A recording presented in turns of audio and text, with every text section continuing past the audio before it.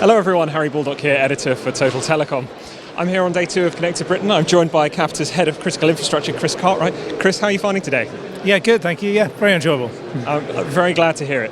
There's been a lot of discussion at the conference already about the next generation of infrastructure, and that really leads to a next generation customer as well. What does that kind of customer look like? What are their needs going forward now? So the next generation customer is going to be a lot more aware of things going on in society, things like the energy crisis, the resilience in the infrastructure, resilience in critical infrastructure overall, and the interconnectivity between transport, between energy, between water, and that's all underpinned by the telco network and the data network that's going on behind that. That's what the next generation consumer is going to be all about, and it's essential we create that relationship so that they can adapt their behaviours so they can flex to that infrastructure and that environment. And of course 5G is going to play a key role in that. How does 5G fit into this story of a kind of changing consumer? Okay, so to make all this work, we need as much availability as we possibly can, and we need as much bandwidth as we possibly can, and that's where 5G comes in.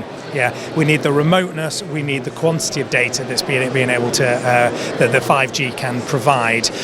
There will be an explosion of IoT devices in the coming years, and IoT can be a key solution to part of that as well. And obviously everybody's familiar with things like smart meters, but the IoT really is going far beyond that. What does it really look like for the next steps for the IoT? How does that interplay with all the digital infrastructure? So smart meters, that is just phase one. That is basically laying the digital foundation. But it's what can we put on top of these networks that's where the real benefit to society is gonna become. Smart meters is just kind of giving us data at the moment, but it's actually how do you use that to change behaviors? How do you use that to make lives better, improve things? And then when you've got things like electric vehicles, you've got things like power walls, on-site generation, people varying their usage of water and things like that, that is when we can really start to change people's behaviours, and that is the next phase after smart meters. And of course there's so much data, as you say, and that can be used in so many different ways, but what does that mean for customer service? What does great customer service look like in this really data-driven age? So first of all, great customer service starts with setting the right customer expectations. And all these devices, all these complexities, all these services I've mentioned, they need a more sophisticated customer service.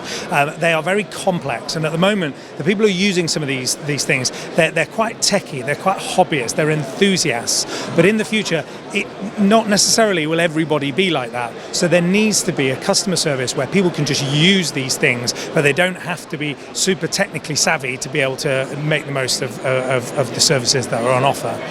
That's where this is going, and with that customer service, we need to get to the point where it's not just calling somebody up and speaking to somebody on a phone. There needs to be a plethora of options for that next generation customer to be able to use. That might be augmented reality in terms of showing them how to use things. It might be some kind of online omni-channel service. There's lots of different things out there that we can use to create that better customer service.